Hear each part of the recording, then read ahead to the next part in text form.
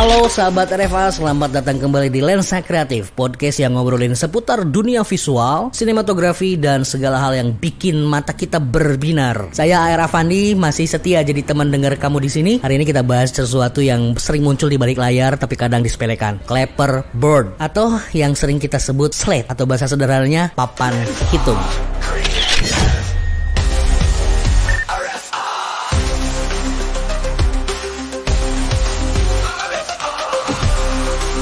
Apa itu clapperboard? Jadi clapperboard itu adalah sebuah papan.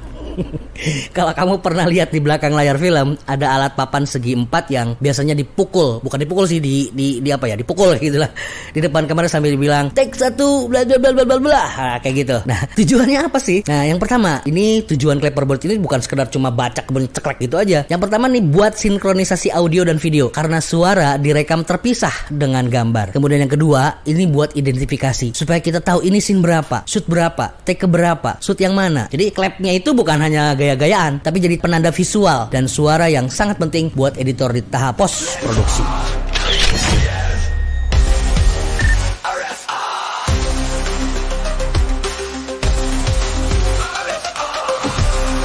Sekarang gimana cara pakainya ya? Ini langkah-langkahnya ya. Yang pertama adalah di sini ada informasi dulu, ada informasi ya, ada production. Nah, ini production di sini. Production di sini diisi dengan judul film kamu ya, judul film kamu. Kemudian ada slate.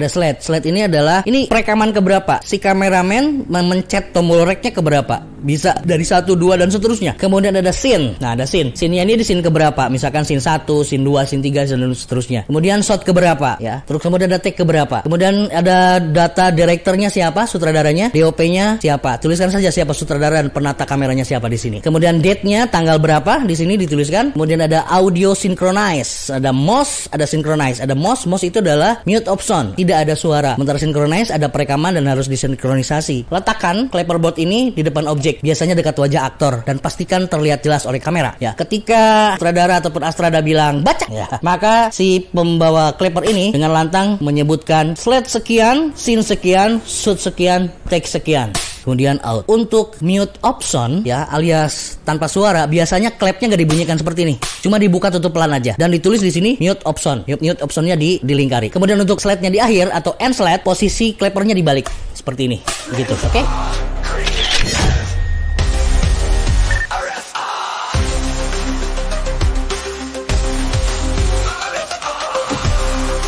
Ada beberapa tips buat kamu yang jadi clapper nih. Jangan goyang-goyang papan saat sudah ditulis. Seperti ini nih. Kemudian ada istilah tusuk ya. Tusuk itu berarti masuk ke dalam ya. Kemudian ada tekuk. Tekuk ini seperti ini, tekuk atas atau tekuk bawah. Supaya ini bisa terbaca. Suara clap nih harus jelas. Suara clapnya harus jelas, jangan lemes. Karena ini akan menciptakan grafik audio yang jelas dan perekaman suara sebagai penanda. Kalau syuting malam, usahakan pakai papan whiteboard glow in the dark. Atau pakai lampu tambahan lah biar tetap terbaca ininya. Di produksi profesional kadang ada juga digital slate ya. Lebih canggih, tapi prinsipnya tetap sama.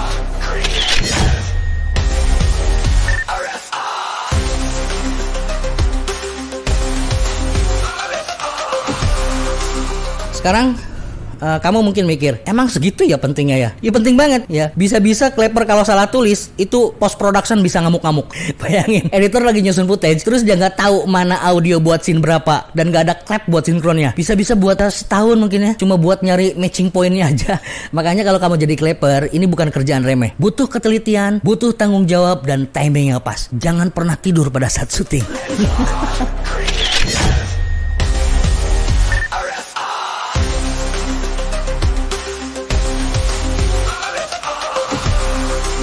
Oke, itu tadi bahasan kita soal cara menggunakan clapperboard. Semoga jadi insight baru buat kamu yang lagi belajar produksi film atau videografi. Kalau kamu punya pengalaman lucu atau seru soal jadi clapper, boleh banget share-share ke sini ya. Bisa DM juga nih ke Instagram yang ada di sini. Sampai ketemu di episode berikutnya. Tetap berkarya, tetap menyala. Salam lensa kreatif.